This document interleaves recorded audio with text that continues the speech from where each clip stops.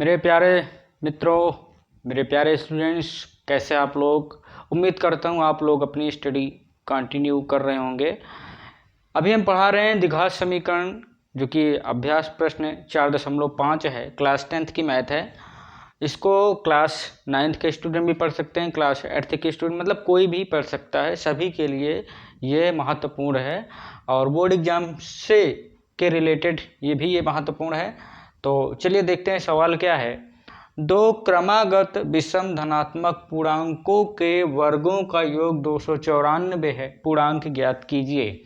मतलब दो क्रमागत विषम धनात्मक पूर्णांक, जैसे क्रमागत का मतलब जैसे तीन एक विषम संख्या है, उसके बाद 5 क्रम से आ रही है ना, 3 के बाद 5 ही तो आएगी विषम संख्या, और 5 फिर 7 फिर 9।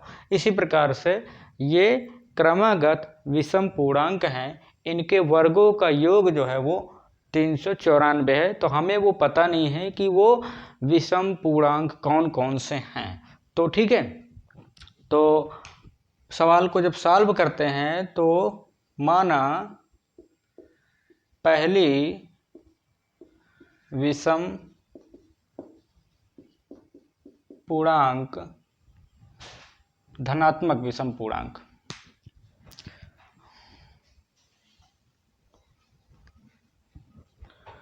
धनात्मक विषम पूर्णांक x है। मान लेते हैं पहली जो धनात्मक विषम पूर्णांक संख्या होगी वो x होगी।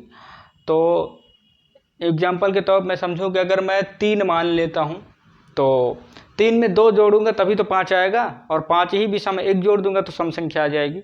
तो उसी प्रकार से पहली धनात्मक विषम पूर्णांक संख्या x है, तो दूसरी धनात्मक विषम धनात्मक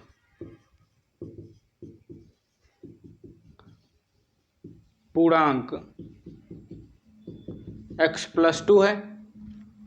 तो इस प्रकार से हमारे पास पहली धनात्मक विषम पूर्णांक संख्या x मान लेते हैं और दूसरी मान लेते हैं x+2। जैसे मैंने एग्जाम्पल के तौर पर बताया कि अगर हम पहली विषम धनात्मक पूर्णांक 3 को मानेंगे तो दूसरी जो क्रमागत आएगी वो 5 होगी, मतलब 3 में जब 2 जोड़ेंगे तब आएगी। फिर 5 के बाद अगर देखेंगे क्रमागत विषम पूर्णांक तो 5 2 7, मतलब सब जितनी भी विषम संख्याएं हैं उसमें अगर हम 2 जोड़ते हैं तो अगली क्रमागत विषम पूर्णांक संख्या में प्राप्त होती है। अब प्रश्न क्या कहता है, विषम धनात्मक पूर्णांकों के वर्गों का योग। अब प्रश्न अनुसार आ जाते हैं, जो प्रश्न कहेगा उसके हिसाब से हम काम करेंगे, ठीक है। तो क्या कह रहा है कि इनके वर्गों का योग, तो इनके वर्ग, इनका वर्ग क्या है x² और इसका वर्ग भी x+2 का स्क्वायर। इनके वर्गों का योग कितना हो रहा है 394। तो यहाँ पे हम लिख देते हैं 394। देखिए क्या कह रहा है कि इसका वर्ग और इसके वर्ग का योग, योग माने जोड़, तो इसलिए मैंने क्या किया, इसका वर्ग कर दिया, इसका वर्ग कर दिया, दोनों के वर्गों को जोड़ दिया तो कितना आ रहा है 394 आ रहा है। बिल्कुल इजी है, ठीक है। अब यहाँ पे इसको लिख लेते हैं। यहाँ पे हम देखते हैं कि यहाँ पे सर्व समीकरण का जो सूत्र है a+b का होल स्क्वायर वाला लग रहा है, तो यहाँ पे वही फार्मूला यूज करते हैं। x² मतलब a² + b² मतलब 2 का स्क्वायर प्लस 2ab, a का मतलब x और b का मतलब 2 बराबर 394, ठीक है। अब यहाँ पे इसको सॉल्व कर लेते हैं। यहाँ पे x² है, यहाँ पे x² है, तो दोनों को जोड़ेंगे तो कितना हो जाएगा 2x² हो जाता है, ठीक है। अब उसके बाद 2 दूना 4 हो गया और 2 दूना 4x। इसको इधर पक्षांतर कर लेते हैं, ठीक है। ये जो 394 है इसको इधर पक्षांतर कर लेंगे तो ये ऋणात्मक हो जाता है, बराबर 0, ठीक। अब यहाँ पे 2x²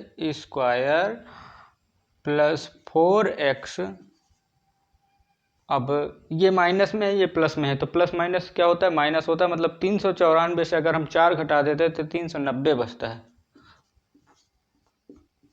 ये हो गया।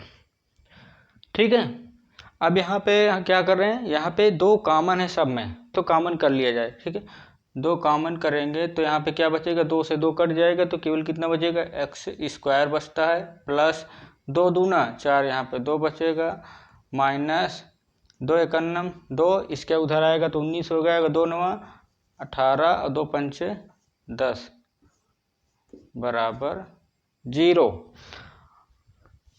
अब इस 2 से इस 2 0 में भाग करेंगे, क्योंकि ये गुणा में है ना, तो इधर भाग करेंगे तो क्या हो जाएगा, 0 ही हो जाता है, तो ये 2 खत्म हो जाता है, बचता हमारा केवल इतना बचता है।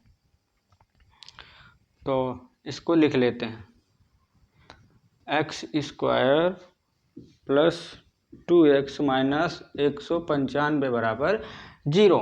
195 का जब हम यहाँ पे बन गया द्विघात समीकरण। ठीक है, तो 195 का एक्स स्क्वायर के गुणांक 1 में गुणा करते हैं तो 195 का नम 195 और 195 के गुणनखंड करते हैं तो देखिए कितना आता है,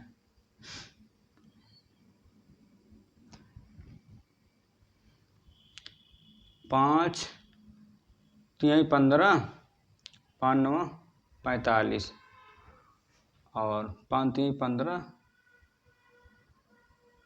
नहीं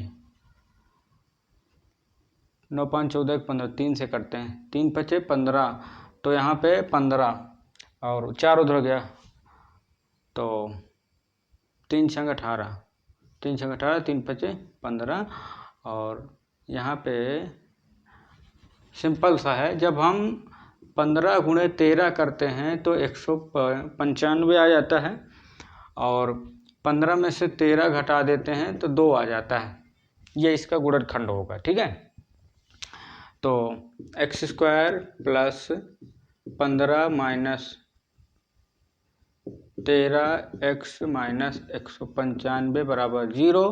x square plus 15x minus 13x minus 195 बराबर 0 कर देते हैं। उसके बाद यहाँ पे हम कॉमन कर लेते हैं। ठीक है, तो कॉमन करेंगे तो एक x कॉमन हो जाता है तो यहाँ पे इतना बचता है और यहाँ पर 13 कॉमन कर लेते हैं तो x और माइनस माइनस प्लस, तो 13 से इसको भाग करेंगे, 13 एकन्नम 13 और 13 पचे 65।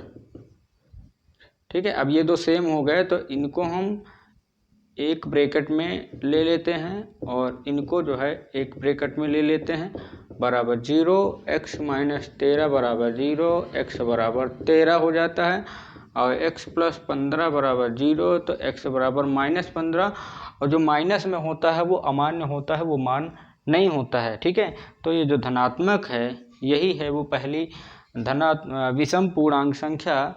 और ठीक है,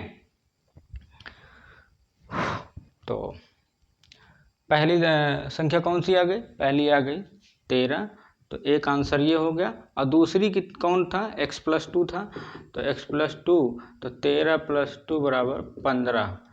तो इस तरीके से पहली जो संख्या आएगी वो आएगी 13 और दूसरी जो आती है क्रमागत विषम संख्या वो आती है 15। तो इस तरह से आप सवाल को लगा सकते हैं। सवाल बहुत ही इजी था, बस आपको समझने की देरी है। आप ना समझ में आए तो वीडियो को रिप्ले करके आप समझ सकते हैं, देख सकते हैं। मिलेंगे अगले वीडियो में, तब तक के लिए जय हिंद। लेकिन चैनल को सब्सक्राइब जरूर कर लीजिए।